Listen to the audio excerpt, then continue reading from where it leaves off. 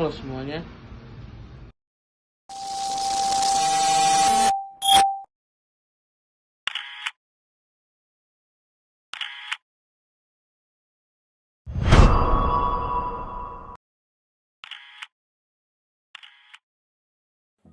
Perkenalkan, nama saya Afrian Ardinata Pratama. Saya dari Manajemen RA13 semester 3 dari Universitas Primagraha.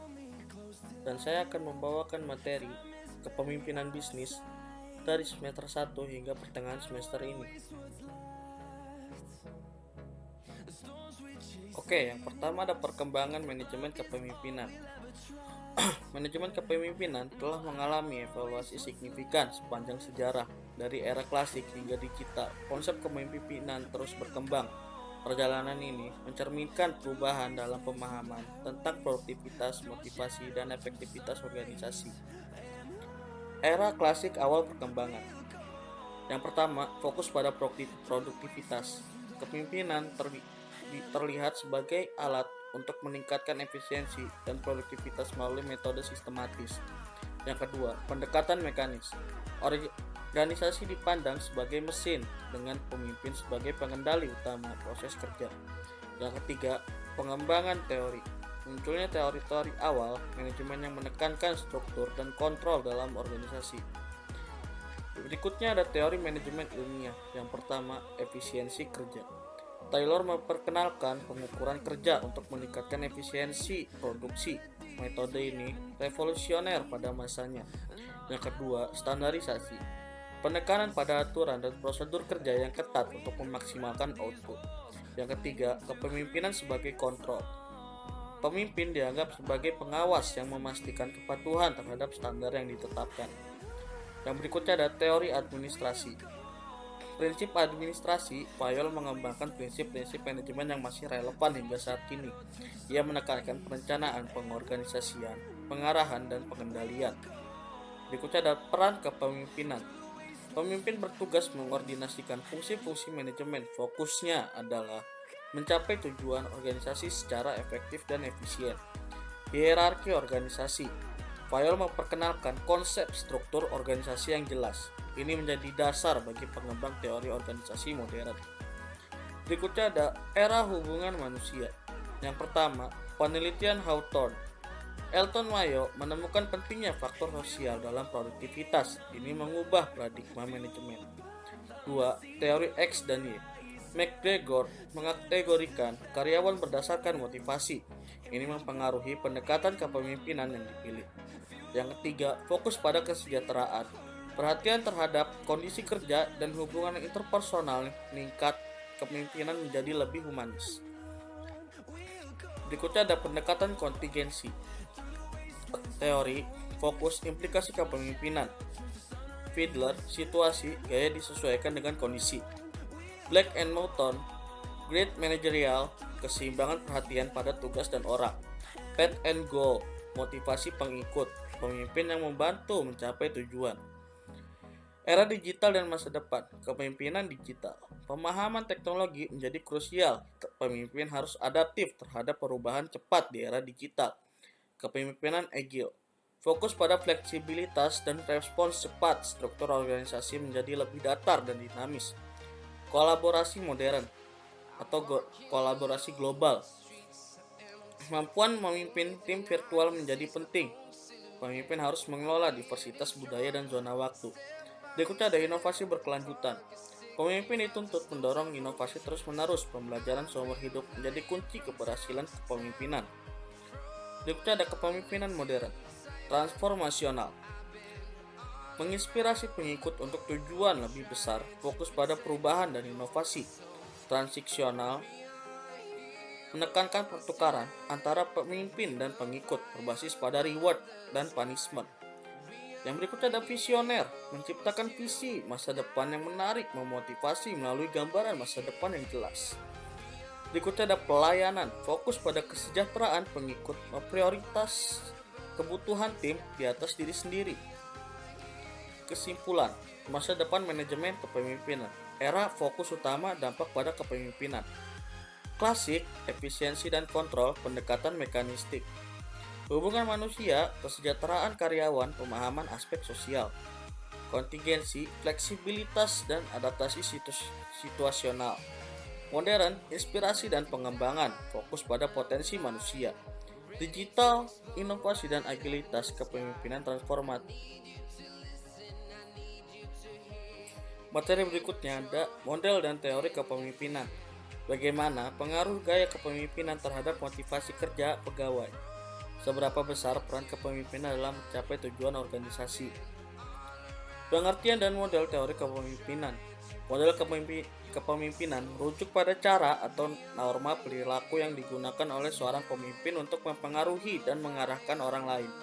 Model ini mencakup berbagai pendekatan dan dapat diambil oleh pemimpin dalam mengelola tim dan mencapai tujuan organisasi. Sedangkan teori kepemimpinan adalah kerangka konseptual yang menjelaskan bagaimana kepemimpinan berfungsi dalam konteks sosial dan organisasi. Model dan teori kepemimpinan. Yang pertama, gaya kepemimpinan transformasional. Pemimpin dengan gaya ini berfokus pada menginspirasi dan memotivasi anggota tim untuk mencapai tujuan bersama. Yang kedua, gaya kepemimpinan transaksional. Gaya kepemimpinan ini menekankan hubungan pertukaran antara pemimpin dan pengikut. 3. Gaya kepemimpinan demokratis. Pemimpin yang menerapkan gaya ini melibatkan anggota tim dalam proses pengambilan keputusan, menghargai masukan, dan menciptakan lingkungan kerja yang kolaboratif. Berikutnya, model dan teori kepemimpinan. Masih, gaya kepemimpinan otokratis. Pemimpin otokratis mengambil keputusan secara mutlak tanpa melibatkan anggota tim. Yang kelima, gaya kepemimpinan suportif. Gaya ini berfokus pada penyediaan dukungan kepada anggota tim baik dalam hal kebutuhan fisik maupun emosional. Yang keenam, gaya kepemimpinan laissez-faire. Dalam gaya ini, pemimpin memberikan kebebasan penuh kepada anggota tim untuk mengambil keputusan dan mengelola pekerjaan mereka sendiri. Yang ketujuh, kepemimpinan karismatik. Pemimpin karismatik mampu mempengaruhi pengikut melalui daya tarik pribadi dan inspirasi. Yang kedelapan, gaya kepemimpinan visioner. Gaya ini berfokus pada penyediaan dukungan kepada anggota tim, baik dalam hal kebutuhan fisik maupun emosi. Berikutnya, seberapa besar peran kepemimpinan dalam mencapai tujuan organisasi? Peran kepemimpinan dalam mencapai tujuan organisasi sangatlah signifikan. Seorang pemimpin berfungsi sebagai pengarah dan inspirator yang mampu mengkomunikasikan visi dan tujuan organisasi kepada seluruh anggota tim. Dengan memberikan arah yang jelas, pemimpin membantu menciptakan keselarasan dalam usaha mencapai tujuan bersama.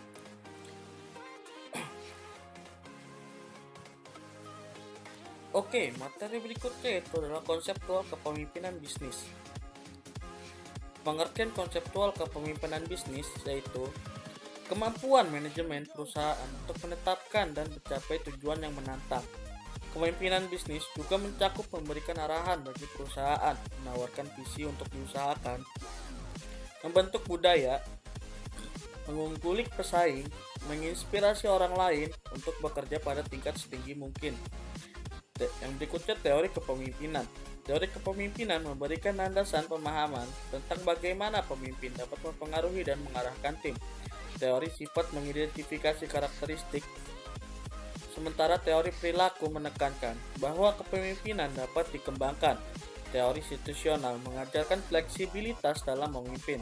Sedangkan teori transaksional dan transformasional membedakan antara kepemimpinan berbasis imbalan dan kepemimpinan yang menginspirasi perubahan positif.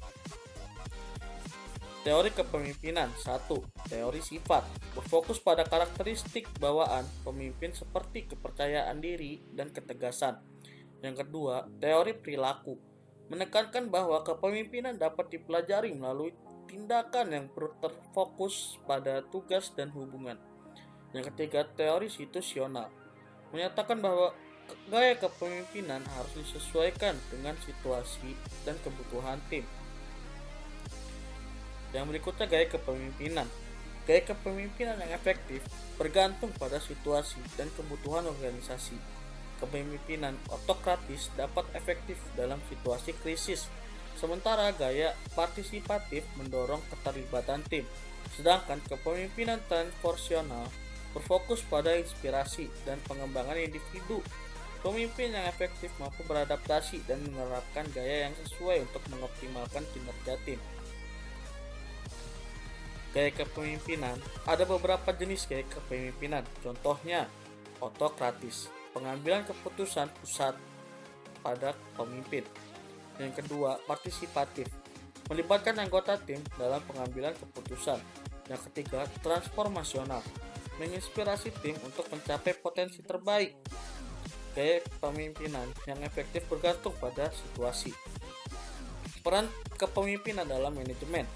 Yang pertama, membangun visi, merumuskan dan mengkomunikasikan visi organisasi. Yang kedua, menciptakan lingkungan positif, membangun budaya kerja yang mendukung dan produktif. Yang ketiga, memberikan motivasi atau dukungan, membimbing dan mengarahkan tim sesuai dengan tujuan organisasi. Yang keempat, mengelola konflik, penyelesaian penyelisihan dan mengelola keharmonisan tim. Tantangan dalam kepemimpinan manajemen. Pemimpin modern menghadapi berbagai tantangan dalam mengelola organisasi. Perubahan teknologi yang cepat menuntut adaptasi berkelanjutan. Sementara keragaman tenaga kerja memerlukan pendekatan yang inklusif. Ketidakpastian ekonomi global memaksa pemimpin untuk membuat keputusan strategis dalam situasi yang kompleks. Selain itu, menjaga keseimbangan antara produktivitas dan kesejahteraan karyawan menjadi semakin penting. Pemimpin harus terus mengembangkan keterampilan mereka untuk menghadapi tantangan-tantangan ini secara efektif. Jadi, manajemen kepemimpinan merupakan elemen vital bagi keberhasilan organisasi. Pemimpin yang efektif tidak hanya mengarahkan tetapi juga menginspirasi dan memfasilitasi kebutuhan tim. Melalui pemahaman dan penerapan gaya kepemimpinan, organisasi dapat mencapai tujuannya dengan lebih efisien. Materi berikutnya yaitu manajemen kepemimpinan dan pengembangan organisasi. Sebelumnya, manajemen kepemimpinan adalah kombinasi ilmu dan seni dalam mengelola serta memimpin organisasi untuk mencapai tujuan. Ini mencakup perencanaan, pengorganisasian, pengarahan, dan pengendalian sumber daya secara efisien. Pemimpin yang efektif tidak hanya mengatur, tetapi juga menginspirasi dan memotivasi tim, menciptakan lingkungan kerja yang positif. Tujuannya adalah, yang pertama, untuk memastikan organisasi memiliki struktur dan proses yang tepat untuk mencapai kesuksesan. Yang kedua, menjelajahi peran kepemimpinan dalam pengembangan organisasi. Jadi, manajemen kepemimpinan dan pengembangan organisasi adalah dua aspek penting yang saling terkait dalam keberhasilan suatu organisasi. Manajemen kepemimpinan mencakup kemampuan untuk memimpin dengan efektif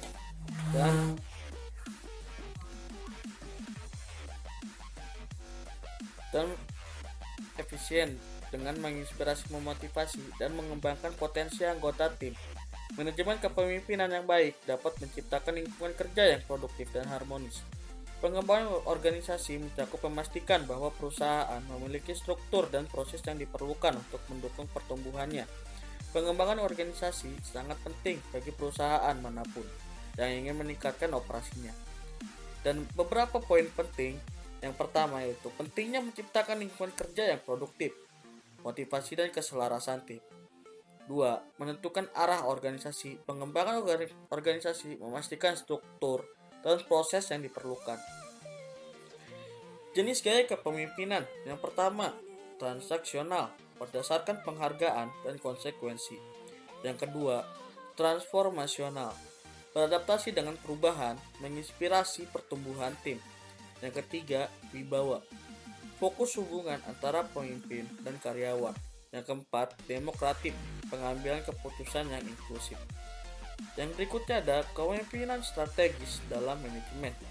Kemampuan kepemimpinan untuk merumuskan dan mengimplementasikan strategi yang efektif, berfokus pada pencapaian tujuan jangka panjang organisasi.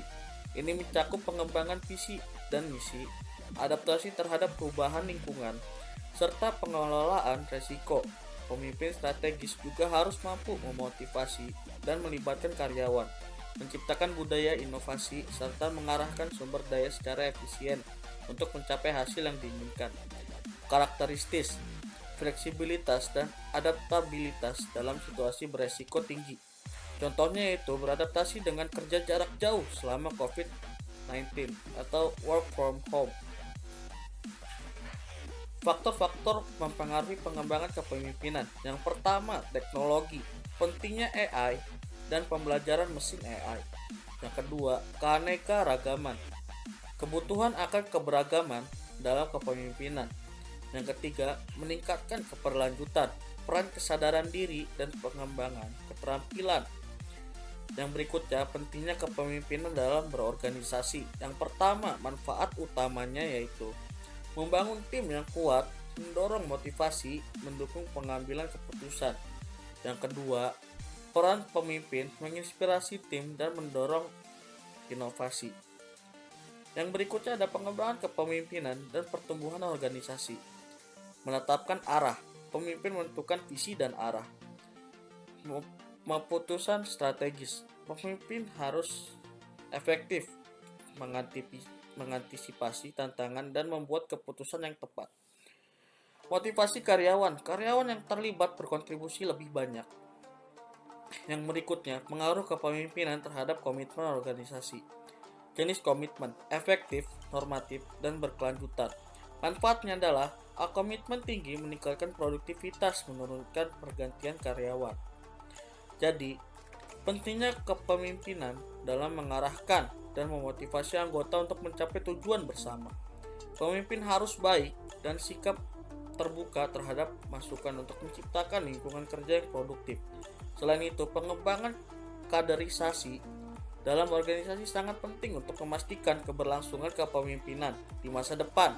Dengan manajemen kepemimpinan yang efektif, organisasi dapat mencapai kinerja maksimal dan meningkatkan integritas serta kemampuan anggotanya. Materi berikutnya di sini ada kepemimpinan, motivasi, dan perilaku kerja. Nah, balik lagi ke definisi kepemimpinan. Kepemimpinan itu kemampuan seseorang untuk mempengaruhi, mengarahkan, dan memotivasi individu atau kelompok untuk mencapai tujuan bersama. Pemimpin biasanya memiliki visi, tanggung jawab, dan keterampilan dalam pengambilan keputusan yang membantu kelompok atau organisasi mencapai hasil yang diinginkan. Selain itu, kepemimpinan juga melibatkan kemampuan untuk mendengarkan, memahami kebutuhan orang lain, serta menciptakan lingkungan yang mendukung kolaborasi dan pengembangan potensi anggota tim. Di sini ada tipe-tipe kepemimpinan. Yang pertama, transformasional. Yang kedua, transaksional. Yang ketiga, demokratif. Yang keempat, otokratis. Yang kelima, laissez-faire. Keenam, karismatik. Yang ketujuh, visioner. Memiliki visi jangka panjang dan memotivasi tim menuju masa depan. Yang kedelapan, pelayan. Fokus pada kebutuhan dan perkembangan tim. Karakteristik kepemimpinan. Yang pertama, tentu visi dan misi yang jelas. Mampu merumuskan dan mencapaikan visi yang dapat memotivasi tim. Yang kedua, komunikasi yang baik. Berkomunikasi dengan jelas, mendengarkan dengan aktif, dan memberikan arahan yang tepat. Yang ketiga, integritas dan kejujuran. Menjunjung tinggi nilai etik, konsisten, dan dapat dipercaya oleh tim. Yang keempat, kemampuan mengambil keputusan cepat dan tepat dalam membuat keputusan yang mempertimbangkan situasi dan dampak pada tim. Yang kelima, empati. Memahami kebutuhan dan perasaan anggota tim, menciptakan lingkungan yang suportif. Karakter yang keenam ada adaptabilitas. Mampu beradaptasi dengan perubahan dan fleksibel dalam situasi yang dinamis. Yang ketujuh, motivator yang baik, menginspirasi dan mendukung tim untuk mencapai potensi terbaik mereka. Yang kedelapan, kemampuan problem solving, mampu mengidentifikasi masalah dan menemukan solusi yang efektif. Yang kesembilan, tentu yang bertanggung jawab atas tindakan dan keputusan yang diambil serta mendukung tim dalam mencapai hasil yang terbaik. Yang berikutnya adalah strategi meningkatkan kepemimpinan. Ada pelatihan dan workshop Selenggarakan program pelatihan untuk meningkatkan keterampilan kepemimpinan seperti komunikasi, pengambilan keputusan, dan manajemen konflik.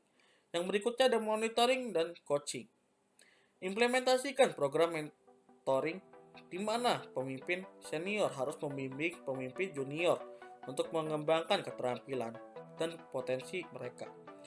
Berikutnya ada penilaian 360 derajat. Gunakan umpan balik dari rekan kerja bawahan dan atasan untuk membantu pemimpin memahami kekuatan area yang perlu diperbaiki. Definisi motivasi. Motivasi adalah proses internal yang mendorong dan mengarahkan perilaku seseorang untuk mencapai tujuan atau memenuhi kebutuhan mereka. Motivasi tentu berasal dari berbagai sumber seperti kebutuhan dasar, keinginan untuk mencapai prestasi, ataupun dorongan untuk mendapatkan penghargaan dan pengakuan.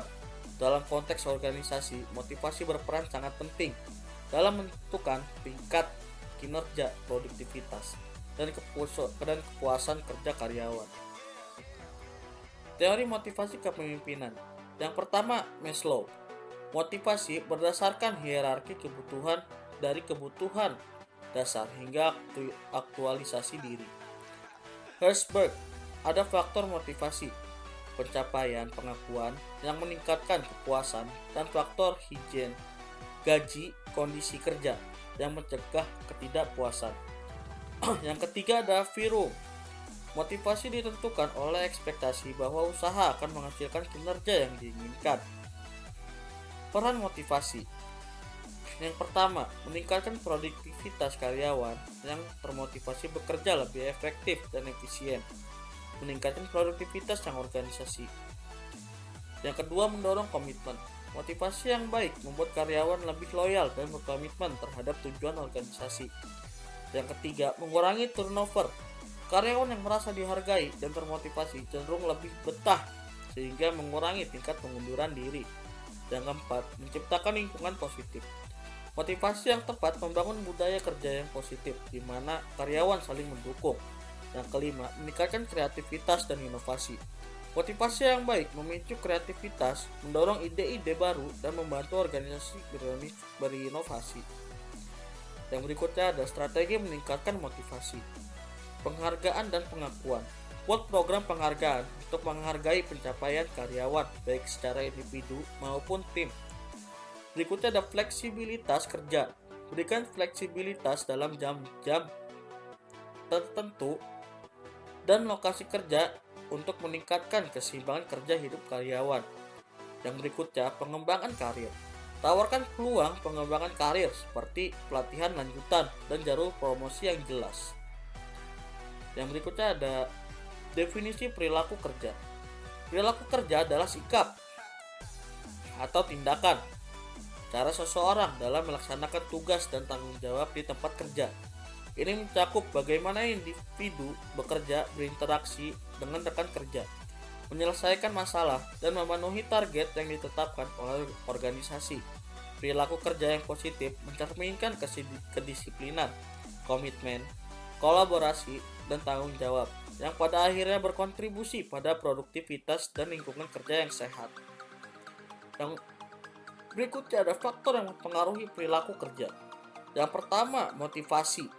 Tingkat motivasi individu untuk mencapai tujuan dapat mempengaruhi sikap dan kinerja di tempat kerja. Yang kedua, lingkungan kerja. Kondisi fisik dan budaya organisasi termasuk dukungan dari rekan kerja dan atasan. Yang ketiga, kepemimpinan. Gaya kepemimpinan dan cara kepemimpinan berinteraksi dengan tim dapat mempengaruhi semangat kerja dan produktivitas. Yang keempat, keterampilan dan kompetensi. Tingkat keterampilan dan pengetahuan yang dimiliki individu berpengaruh pada kepercayaan diri dan kemampuan mereka untuk menyelesaikan tugas. Yang berikutnya, faktor yang mempengaruhi perilaku kerja. Ada penghargaan dan pengakuan. Sistem penghargaan dan pengakuan atas prestasi dapat memotivasi individu untuk berperilaku lebih baik. Yang keenam, kesehatan mental dan fisik. Kesehatan individu baik mental maupun fisik berpengaruh terhadap kinerja dan sikap mereka di tempat kerja. Yang ketujuh, nilai dan etika pribadi. Nilai-nilai dan etika dianut individu dapat mempengaruhi cara mereka berperilaku dan mengambil keputusan yang tepat. Strategi meningkatkan perilaku kerja. Yang pertama, komunikasi terbuka. Menciptakan budaya komunikasi terbuka di mana karyawan merasa nyaman untuk berbagi ide dan umpan balik. Yang kedua, tim kerja yang kolaboratif. Dorong kolaboratif antar tim untuk meningkatkan sinergi dan inovasi. Yang ketiga, evaluasi kinerja rutin. Lakukan evaluasi kinerja secara berkala untuk memberikan umpan balik yang konstruktif dan menetapkan tujuan yang jelas. Jadi, kepemimpinan, motivasi, dan perilaku kerja saling berkaitan dan memiliki pengaruh yang signifikan terhadap kinerja individu dan organisasi secara keseluruhan. Kombinasi dari kepemimpinan yang baik, memotivasi, dan perilaku kerja yang positif akan menciptakan budaya organisasi yang produktif dan inovatif, sehingga mendorong pencapaian tujuan organisasi secara efektif.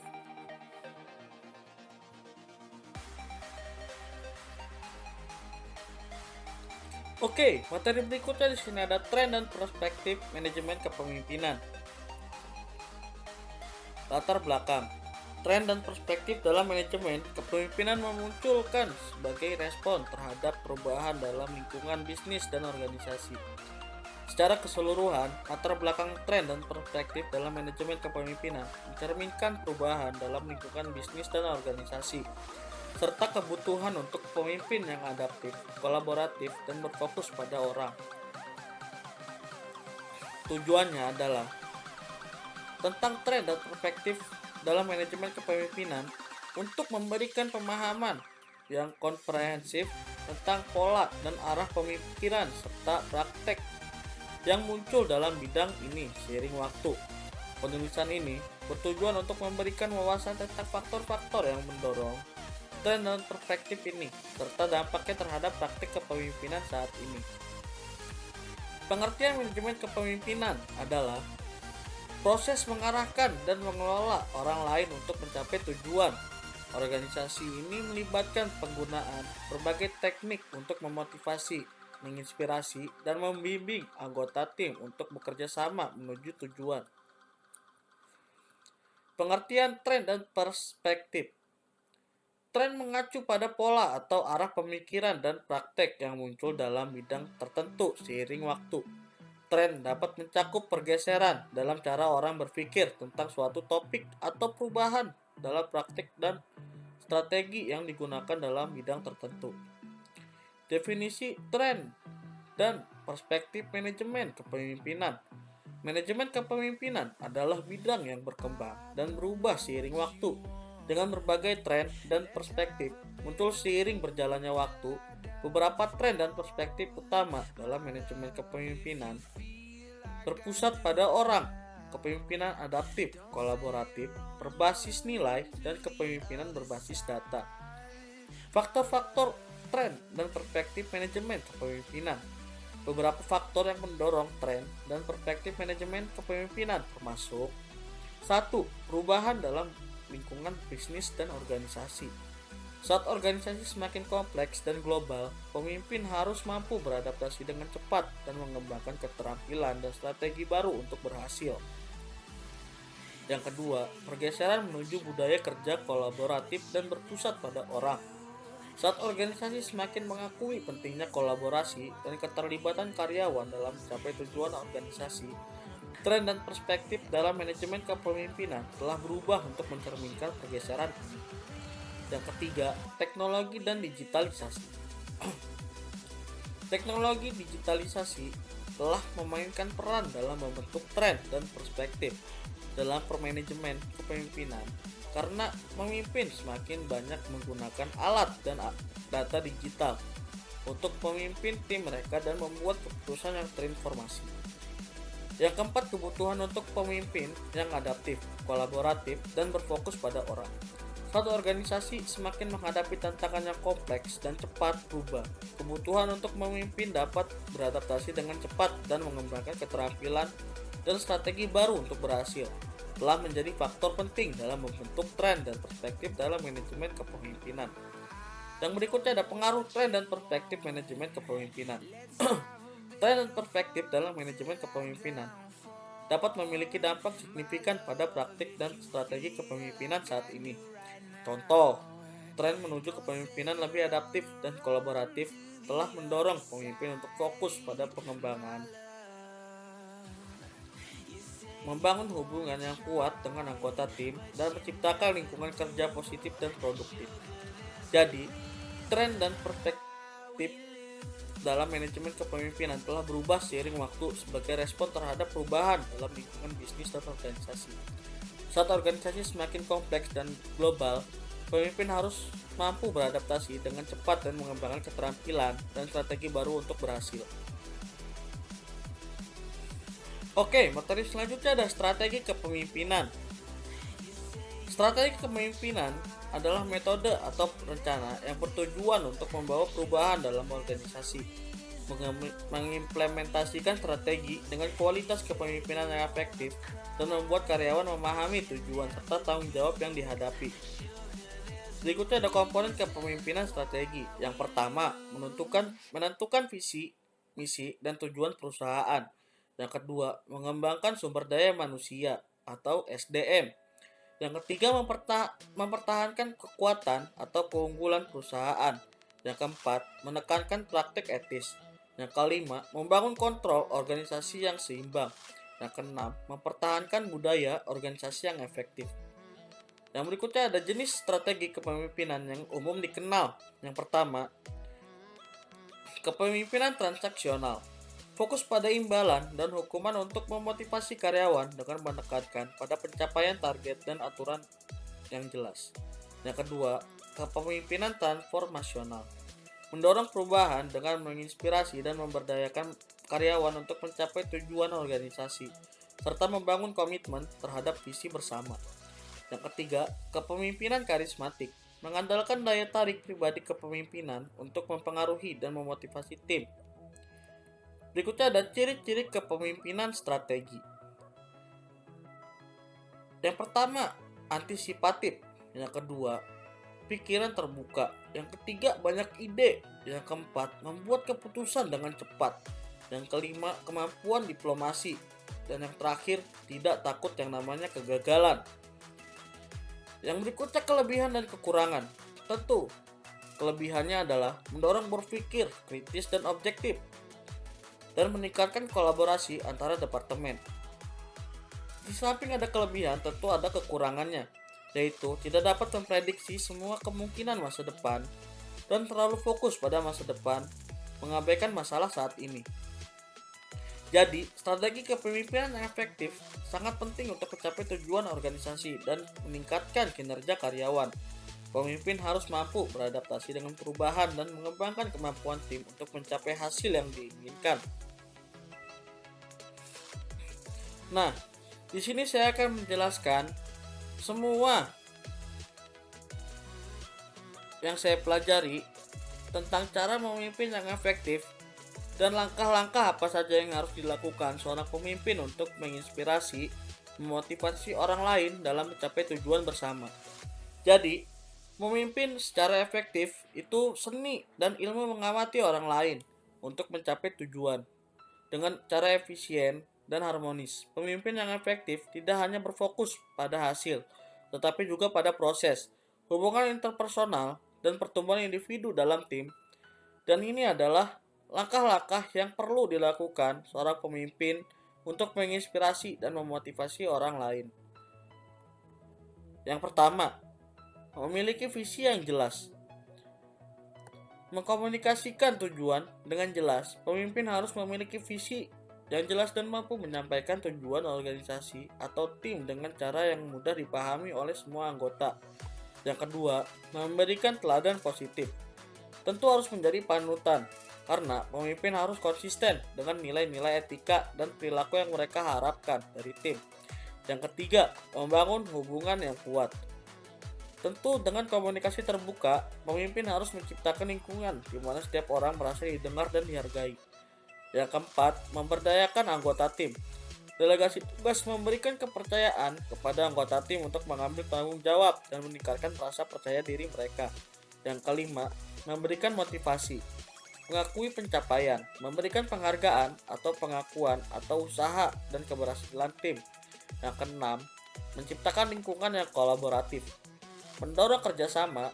Pemimpin tentu harus memastikan setiap anggota tim merasa dilibatkan dalam proses pengambilan keputusan. Yang ketujuh, fokus pada penyelesaian masalah, berpikir strategis dan mengidentifikasikan hambatan dan merumuskan solusi yang efektif. Yang kedelapan, beradaptasi dengan perubahan. Tentu fleksibilitas, pemimpin yang baik mampu menyesuaikan strategi mereka sesuai dengan dinamika situasi. Yang kesembilan, menjaga semangat dan kebahagiaan tim dan meningkatkan kapasitas diri. Dengan menerapkan langkah-langkah tersebut, seorang pemimpin dapat menginspirasi, memotivasi, dan memimpin tim menuju keberhasilan bersama. Memimpin bukan hanya tentang mengarahkan, tetapi juga tentang membangun hubungan yang kuat dan memberdayakan orang lain untuk mencapai potensi terbaik mereka. Oke, mungkin segitu saja yang bisa saya terapkan dan cerahkan di sini. Kurang lebihnya mohon maaf. Wabillahi taufik wal hidayah. Wassalamualaikum warahmatullahi wabarakatuh.